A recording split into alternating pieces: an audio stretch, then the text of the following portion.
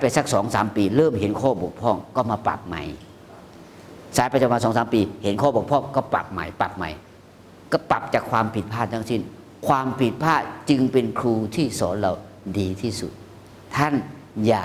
มองความผิดพลาดว่าเป็นความล้มเหลวเพราะครูที่สอนเราดีที่สุดคือความผิดพลาดครับทุกครั้งท่านล้มเหลวทำอะไรแล้วไม่สำเร็จมันจะสอนท่านได้ดีที่สุดบิลเกตจึงบอกว่าความสำเร็จเป็นครูที่แย่ที่สุดเพราะมันไม่เคยสอนอะไรท่านเลยลองท่านผิดพลาดสักอย่างหนึ่งท่านจะจำไปตลอดไปเลยใช่ไหมความผิดพลาดนั้นเป็นครูที่สุดคือท่านลองผิดลองถูกไปเรื่อยๆครับท่านจะได้เรียนแบบผมเนี่ยผมชอบลืมพาสเวิร์ดเนี่ยรหัสผ่านทำไมชอบลืมทำไงวะลองดูวะเก็บไว้ในอีเมลตัวเองลองส่งเมลตัวเองเข้าเมลตัวเองดูสิจะได้ไหมตุ๊กติ๊กตุ๊กส่งได้นี่ว่าปกติเรามีแต่ส่งเมลก็ใช่ไหมส่งภาพส่งข้อมูลลองส่งเมลตัวเองเข้าเมลตัวเองเมลชื่อเดียวกันมันจะให้ไหมก็ลองดูได้ครับไม่มีสอนในหนังสือลองครับลองไปแบบนี้นั้นลองผิดลองถูกนั้นวิชาคอมพิวเตอร์จึงเป็นวิชาที่อ่านหนังสือตลอดครับถ้าเป็นประวัติศาสตร์ท่านจะอ่านหนังสือพศไหนก็ได้ภาษาอังกฤษอ่านพศไหนก็ได้สังคมศึกษาพศพุทธศาสนาปรัชญาศาสนาท่านจะอ่านพศไหนก็ได้ครับเป็นองค์ความรู้จะกี่ปีก็ไม่มีปัญหาแต่คอมพิวเตอร์ไม่ครับถ้าเกิน2 ปีแล้วท่านก็ต้องวางครับถ่ายรูปเพิ่มมีภาพมาเพิ่มเดี๋ยวแป๊บเดียวนะนิสิตเรามากี่รูปครับ4เนาะโอเคนะตามสบายนะผมยินดีนะครับสาขาพุทธตอนนี้พูดได้เต็มปากแล้วว่าสาขาพุทธเป็นสาขาที่มีนักศึกษาต่างชาติเยอะที่สุดผมพูดได้เต็มปากเลยเอาจริงไม่ได้พูดเล่นนะสาขาพุทธนี่มีนักศึกษาต่างชาติเยอะที่สุดนะในวิทยาลัยเราพระไทยครึ่งพระต่างชาติครึ่งนะชาติไหนก็แล้วแต่เป็นต่างชาติก็แล้วกันโอเคไหมรัฐศาสตร์สู้ไม่ได้นะการสอนภาษาอังกฤษก็น้อมแหลมสาขาพุทธเยอะสุดนั้นผมจึงทุ่มเทเพื่อสาขาพุทธมากที่สุดครับผมจะไม่สาขาพุทธตกต่ำครับนั้นเราเรียนศาสนาปรัชญาแต่ภาษาอังกฤษเราต้องเป็น1 2คอมพิวเตอร์เราต้องเป็น1และผมก็ทำให้กำลังทำอยู่เข้าใจไหมครับเว็บไซต์ผมก็เขียนเองนะผมทำเองหมดครับผมจะเรียนรู้แต่ผมเหนื่อยไม่เหนื่อยหนังสือต้องเต็มโต๊ะครับอ่านทั้งวันครับใครทำได้มีใครมาจะนั่งอ่านทั้งวันแต่ผมทำผมทำจริงๆถ้าไม่เที่ยงคืนผมก็ไม่นอนก็นั่งอยู่นั่นแหละครับนะหนังสือเล่มนี้ 1,500 บาทแม้จะแพงผมก็ซื้อเข้าใจไหมครับซื้อมาเพื่ออะไรซื้อมาเพื่อเรียนรู้อะไรที่เราทำได้อย่าไปเสียดายอะไรที่ผมอัปเดตความรู้ผมเองอัพสกิลเพิ่มทักษะให้กับตัวเองครับอย่าไปเสียดายครับใช่ไหมอันนี้ 1,500 บาทอะไร1,999อันนี้999 บาทแต่ผมซื้อ 1,500 เพราะเขาแถมมันนั้นมาผมถือมาด้วยหรือเปล่าเดี๋ยวแป๊บเดียวผมแถมเดี๋ยวผมไว้ที่ไหนเดี๋ยวผมไว้ในกระเป๋าหรือเปล่าอยู่ในย่ามเดี๋ยวแป๊บเดียวเขาแถมอันนี้มาครับเดี๋ยวแป๊บเดียวเขาแถมโปรแกรมมาด้วยก็เลยซื้อ 1,500 บาทอันนี้เฉพาะหนังสือนั้น999 บาทก็ตีเป็น 1,000 บาทใช่ไหมแต่ผมซื้อแบบแถมอะไรแถมโปรแกรมมานี่เขาแถมอันนี้มาด้วย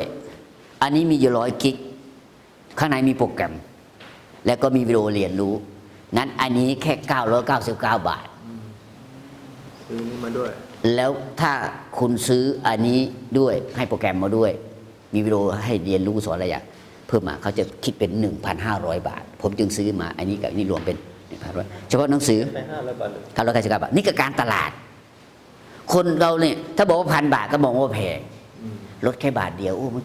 900พอหลักร้อยปุ๊บนึกว่ามันถูกไงนี่หลักการตลาดเลยท่านไปซื้อของอันนี้199 บาทถ้าเกิดโอ้ไม่แพงทั้งที่มันถ้าบอกว่า200ก็ถือว่าแพงพอลดบาทเดียวเองนี่จิตวิทยาการตลาดท่านจำไว้นะทำไมต้องลงท้ายด้วย999 499 บาททำไมไม่เป็น500มันจบไปเลย500มันแพงหลักการตลาดครับนี่คือหลักจิตวิทยาคนจะมองว่าถูกจังวะ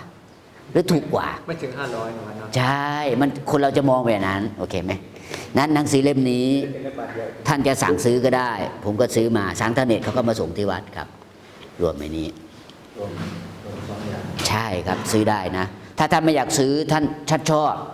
ผมก็ไม่หวง แต่ท่านอยากเผยแพร่ท่านมาก๊อปเอาได้ผมให้ก๊อปอันท่านก็ก๊อปเอายืมไปก๊อปได้ถ้าไม่อยากก๊อปท่านก็เอามือถือถ่ายเอาก็ได้เนี่ยมันปริ้นเองถ่ายเอาท่านอยากถ่ายท่านก็มาถ่ายเอามือถือมาถ่ายเอาวันละ2-3 หน้าไปอ่านจบแล้วผมจะอ่านต่อก็มาถ่ายเอามือถือถ่ายเอา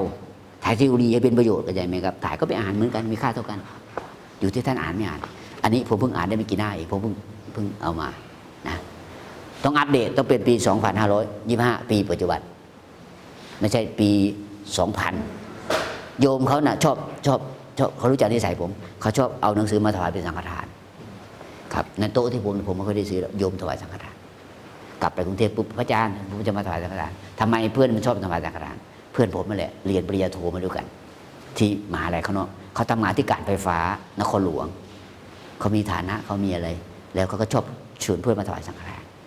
เราเรียนหนังสือด้วยกันก็เป็นเพื่อนกันเขาเป็นโยมเราเป็นพระไปเรียนด้วยกันเป็นเพื่อนกันผมก็มีเพื่อนที่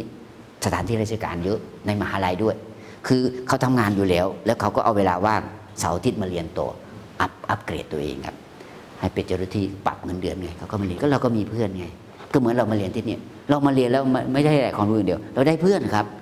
เพื่อนอยู่ก็เป็นเจ้าคณะไปถ้าศึกไปก็ไปเป็นเจ้าหน้าที่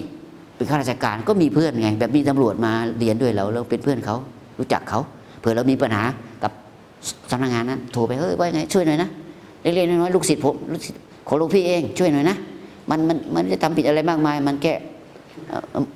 บันดาลโทสะมันไปเตะเขานี่หน่อยช่วยเช็คกระเป๋าให้มันหน่อยก็บอกแบบนี้มันไปเอาขี่เพิ่งขาดอายุแค่วันเดียวอย่าไปเอาอะไรมากมายนะคุยกันได้ใช่ไหมก็ไม่ใช่เราไม่ปฏิบัติตามกฎหมายแต่บางอย่างมันคุยกันได้ไงบันดาลโทสะเนี่ยไปเตะเขาอย่างเงี้ยใช่ไหมฟ้องเราเสียกระเป๋าไปสัก500คุยกันได้ถ้าเรามีเพื่อนเรามีบริวารผมยังมีเพื่อนที่ราชการเยอะเดี๋ยวนี้ก็จบไปก็ไปเป็นอาจารย์สอนอยู่นั่นอยู่นี่พอเจอกันปุ๊บความเป็นเพื่อนยังอยู่ครับคุณจะตำแหน่งสูงแค่ไหนแต่ความเป็นเพื่อนยังอยู่มันมีอยู่ครับเคยเรียนเรื่องมา2-3 ปีใช่ไหมความเป็นเพื่อนมีไปกินข้าวด้วยกันเป็นพระเขาเป็นโยมก็ลดฐานะตัวเองลงเราไม่ต้องคิดว่าเราเป็นพระเราไม่ต้องไปคิดว่าเป็นพระมหาตอนนั้นเราเป็นเพื่อนกันก็กินข้าวด้วยกันอย่างนี้ไปเจ้าคณะเจ้าภาคมาผมก็ยกมือไหว้ให้เกียรติแต่จะให้ผมไปกราบผมไม่ไปกราบนะเพราะอะไรก็เรียนด้วยกันมากินข้าวด้วยกันมากินกาแฟด้วยกันมาผมก็เป็นหัวหน้าอีกต่างหากเขาเป็นลูกน้องผมจะให้ผมไปกราบผมไม่กราบความเป็นเพื่อนยังมีอยู่ครับเขาเจอผมเขาก็ต้องความเป็นเพื่อนมันจะนึกถึงขึ้นมาเลยเรียนมาตั้ง3-4 ปีเนาะปริญญาตรีมพทบอยู่วัดมหาธาตุนครอยู่ที่กรุงเทพนะเรียนด้วยกันมาเจอกันก็ยกมือไหว้ธรรมดาครับรู้เขาจะเรียกผมว่าท่านประธานผมเป็นหัวหน้าห้องไงต้องเรียกผมประธานเขายังเรียกผมเหมือนเดิมแบบท่านประธาน มีแต่เขาจะมากราบแล้ว ผมไม่ให้กราบหรอกครับเป็นเพื่อนกันผมไม่ฮะ อาจารย์เจ้าคณะภาคที่ว่า เจ้าคณะภาคเขาเคยมาเปิดประชุมอบรมการใช้สื่อของคณะสงฆ์อยู่ปีที่แล้วมั้งปีเดียวเขามาเปิดอบรมพระทำสื่อการสอนตอนนั้นน่ะให้พระสอนศีลธรรมตอนนั้นน่ะเขามาผมเจอเขาครั้งเดียวต่อมาผมก็ไม่ได้เจอเขาเพราะว่าเขาก็งานเยอะผมก็งานเยอะก็ไม่ได้เจอกันแต่เราก็ให้เกียรติกันเขามีตำแหน่งทางคณะสงฆ์แต่ว่าความเป็นเพื่อนก็ยังอยู่เจอหน้ากันก็ เรียนด้วยกันมา ใช่ครับเคยกินกาแฟด้วยกันพักเบรกปุ๊บกินกาแฟทันทีครับนะหนังสือเล่มนี้คนไหนสนใจก็เอาไปอ่านได้แต่เหมาะสำหรับคนที่มีพื้นนะพอมีพื้นแล้วท่านมีพื้นแล้วท่านไปเร็วผมได้เปรียบภาษาอังกฤษผมดีผมอ่านแล้วผมรู้เรื่องไงภาษาคอมเนี่ยมันจะมีศัพท์เฉพาะเยอะครับแล้วเขาจะเขียนเยอะอันนี้อะไรแฟกต์ไรท์เรียกได้ทั้ง4 อย่าง